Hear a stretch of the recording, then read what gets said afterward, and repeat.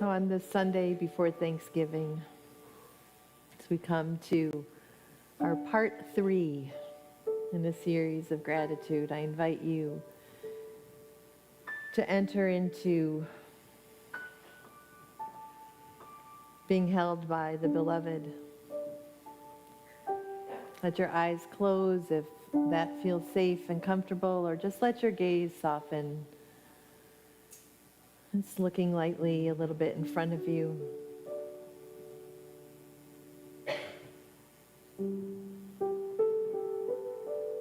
Seeing this practice of giving thanks, of sometimes having to look for the good, but nourishing our souls together in grateful presence.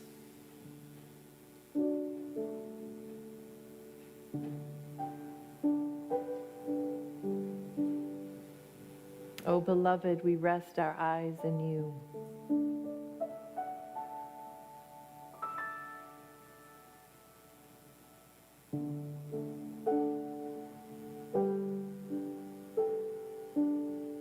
We rest our hearts, our minds.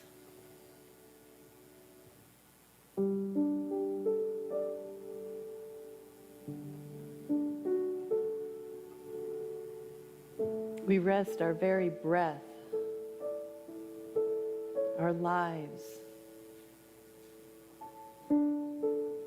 in that beloved presence.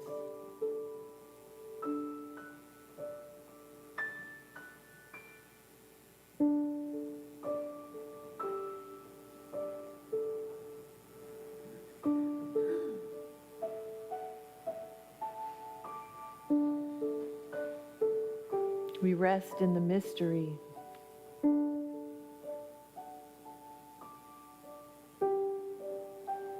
That holy, unnameable, omni-nameable presence that is the source of our being.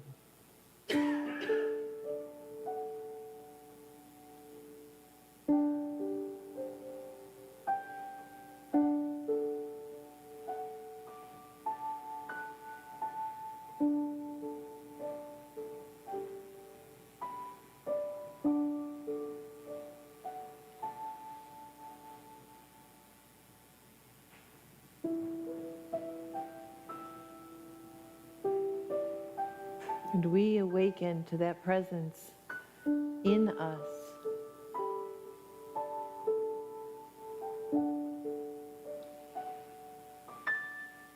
That presence as us.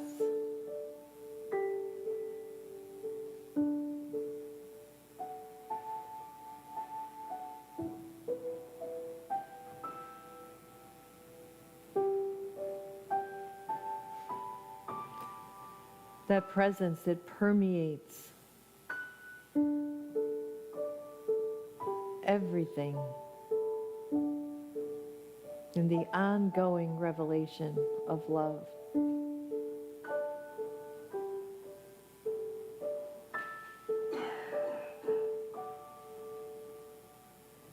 And then breathing in, grateful for this breath just as it is.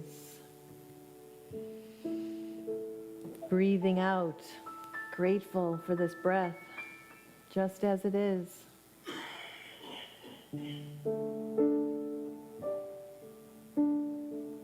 Grateful for this moment just as it is, for this community just as we are.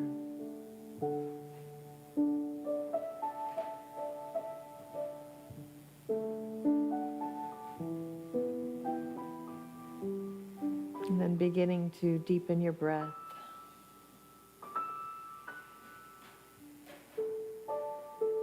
Let that breath in you, fully aware of your in-breath and your out-breath. Bring you fully aware back here to this moment, to this space and the space you're in.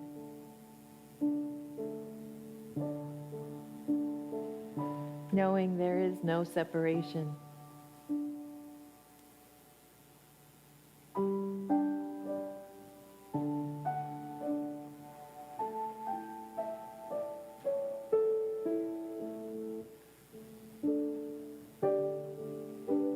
And so it is.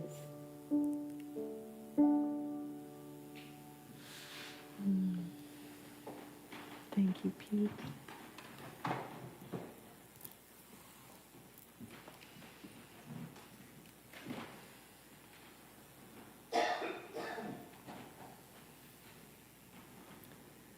Well, I'll tell you that there's no extra PowerPoint today to make you feel like maybe there really is going to be a quiz at the end of this.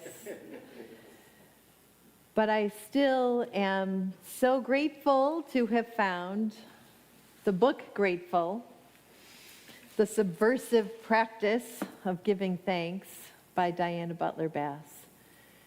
It has fed my ongoing inner work to find that practice of gratitude when I look around me and feel the, despite evidence to the contrary, sense of where we are as a country, the people in my own circles whose hearts are heavy right now as we lead into these holidays.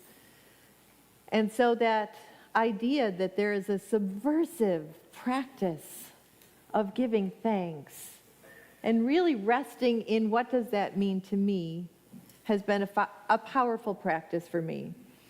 So last week, I asked us to really think about two aspects that Diana talks about in her book that really struck me. The idea that we have a personal response to gratitude, right? It's that emotional response when something makes that well up in us. And then we have some actions that we may or may not take. Writing thank you notes, reciprocating a dinner invitation. But there is an emotion and then a response. And we feel that in our personal lives. But she then brings it into the communal way we are together. That there is this sense of when we gather in community here, that it is such a palpable thing that many Sundays I stand here with a lump in my throat and tears in my eyes, just awash with that feeling of being grateful that we are together. But that communal sense of gratitude can come in many ways. And then it calls us to do stuff. So again, it is that being and doing, the both and that make up who we are in our human existence, fully human and fully divine, the being and the doing. So I ask those questions, and they're the questions that kind of sometimes feel like they're spinning in my brain. Way back in the day when we read the book with Michael Singer that some of us argued with, but I still remember the roommates in my head. And so sometimes those roommates are spinning and yapping, and other times they are just whispering, yeah, it's okay. It's a practice. We're doing the practice of being grateful. And so what then, in my questioning, makes me move from a feeling to I am facing all that life brings to me from a foundation, a disposition is the word Diana Butler Bass uses, a disposition of being grateful. So here's this subversive practice that invites us to think about having a disposition, a way of facing the world from a starting point of being grateful. I'll share a few bits of what she said, but I have to say that my title, ThanksLiving, is really thanks to Jim Rosemurgy. So at our Wednesday night book group, the book study of Even Mystics, he writes about Thanksgiving, about giving thanks, as a grand expression of life. ThanksLiving. Thanksgiving and praise are natural expressions of our souls. Yes, and but I loved how that phrase landed in me. So since our, I think, week 3 of this book study, that phrase, ThanksLiving. What does it mean to be living in thankfulness? Sometimes despite all evidence to the contrary. So Diana writes, gratitude is more than an emotion. It is a disposition that can be chosen and cultivated. It's an outlook toward life that manifests itself. It shows up in our actions. It's a framework. It's that ethic sense of how we shape our lives. It's developing habits. It's choosing how to act, sometimes based on how we feel, because that's an upswell. But sometimes it is choosing to look for the good. I love that she points out that gratitude in that way then is a lot like love. Right? Love can be friendship. It can be the love that we have for a community. It can be the love that we have in our family. And we know that sometimes that is a complex undertaking. How many of us have had interactions with people we love that have left us feeling not quite so loved? You don't have to raise your hands. I'm guessing it's pretty unanimous. Right? So love is that complex mix of feelings. It can be affection, it can be devotion, but it is also a commitment. It's a choice. It's a vow that we make sometimes to a partner, sometimes to ourselves. Sometimes to ourselves first before we can commit to friendship, an intimate, loving partnership. The commitment we make between ourselves and the way we show up as the divine spark that we are, I think is foundational. And I say that as someone whose primary committed relationship ended in a failed marriage. How's that for the language we use in our culture? It was a failed marriage. And as someone whose marriage failed, I then found an opening to partner with couples who were saying yes to a committed relationship and officiated over 150 weddings. Back in the day, before I do primarily memorial services now. If people are getting married, let me know. I really love that. I do love a celebration of life and a memorial service as well.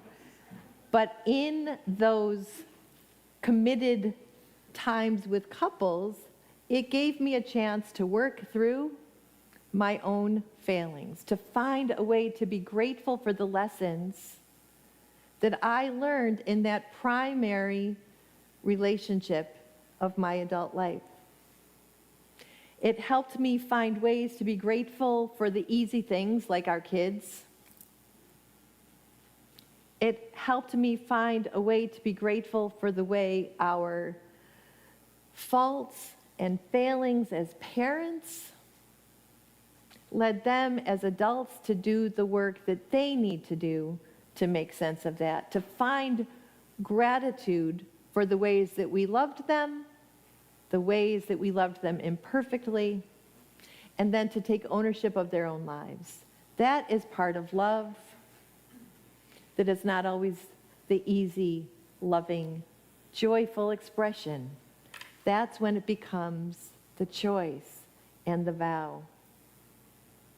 So gratitude then, ThanksLiving, resembles all of the times I say, love calls us to action. And I say us. because it calls me into fullness of my being and fullness of my doing. Checking my ego at the door when I need to check my ego at the door. Walking humbly, living simply, finding ways for all of that to feed who I am as an instrument of God's hands and heart and eyes. And that's what we are called to do. So gratitude is sometimes complex. Sometimes it joyfully bubbles up. Sometimes it bubbles up and then it's gone quickly. But it's an expression of who we are. To rest on that ground of our being. God is the givingness of the universe. What is the source of our being? The very life and breath that we fill and release in that flow is a gift of life. So how then do we find a way? Because I don't think that we necessarily, I know it has taken me years to look back on some of the harder moments of my life. In my married life, in my post-divorce life, in working relationships that make me ever grateful for the working relationship I have now, because I know how bad it can be. Some of those things that I am grateful for now took me years to look back with compassion on who I was at 25 and 35 and 45. It has taken me years to look back with compassion, to look right now with compassion at the human that I said yes to and recognize his vulnerabilities, not just the things that kind of set my hair on fire. We don't necessarily have to feel grateful right away for the tough stuff, right? We don't feel grateful when somebody we love dies. We don't feel grateful when a relationship ends or a dream gets fractured. But even in those moments, can we find that we're grateful for a friend who listens? Can we look back and now be grateful for an opening that we never would have found except for that hard thing? Can we be grateful that even the weight of our grief echoes the weight of the love that we felt for that person whose physical presence isn't here with us? ThanksLiving means that we find those small moments, we find those huge moments, and we let them become part of who we are.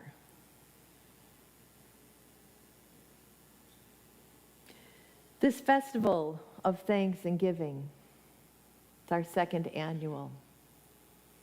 It's a gathering where people who are our neighbors and come in Tuesday, Wednesday, and Thursday morning for a hot meal, for a lunch to go, for families and families and families who have made use of our food pantry, where we gather to have cider donuts, sandwiches. We do some arts and crafts. We make little loving notes that will go in the food pantry bags that get distributed. We string up on string the things that we're grateful for so that we have a little thank you flag at Westminster Presbyterian.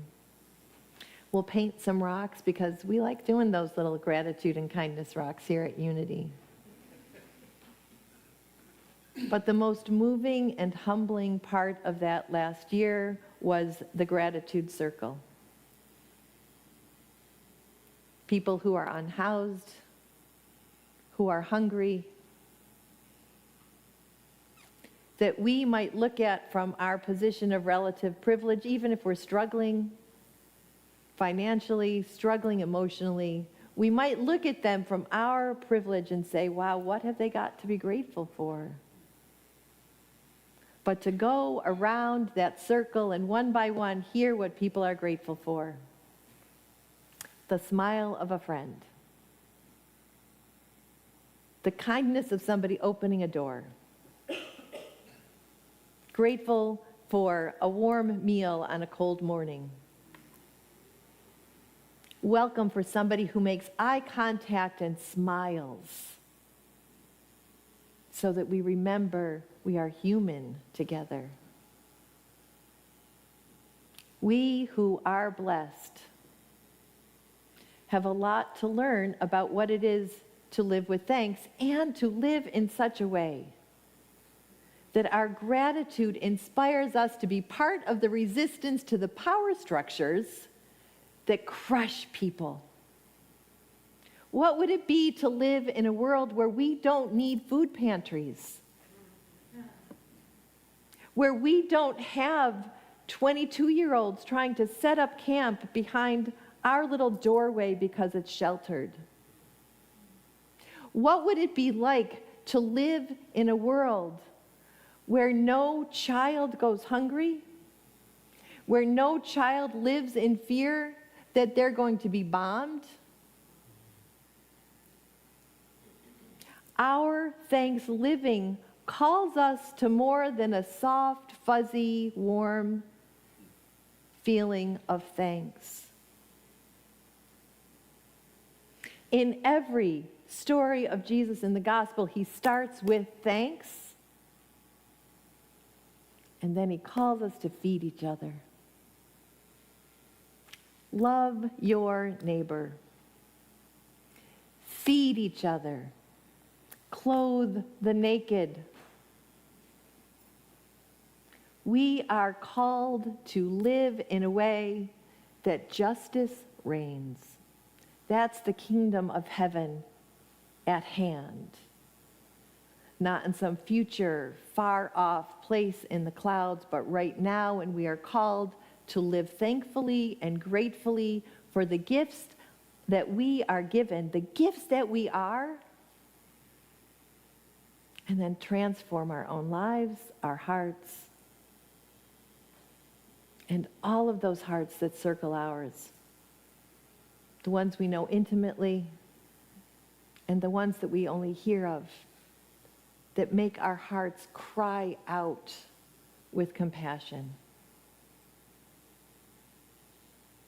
So into that crying out and into that gift of being grateful, here is a beautiful translation to close of Psalm 100. I have taken such comfort from these ancient, more comfort than I would have said I could imagine for myself even 4 years ago, starting here. That sense of the long arc of how beautiful we are to each other and how awful we are to each other, and how our hearts hunger for that sacred presence. So this is from Opening to You, Zen-inspired translations of the Psalms by Norman Fisher. Psalm 100. All the earth shouts for joy. We serve you joyfully. Come into your presence with thanksgiving songs. We know you intimate as all. Know we come from you, are you. Your people, flock of your pasture, wholly yours. As we enter your gate of thanksgiving, we enter with songs. We enter your court with chants of praise. We offer all our thanks and heap blessings on your unsayableness. Your unsayableness. For you are goodness, endless kindness, truthfulness now and throughout the generations. And so it is. Amen.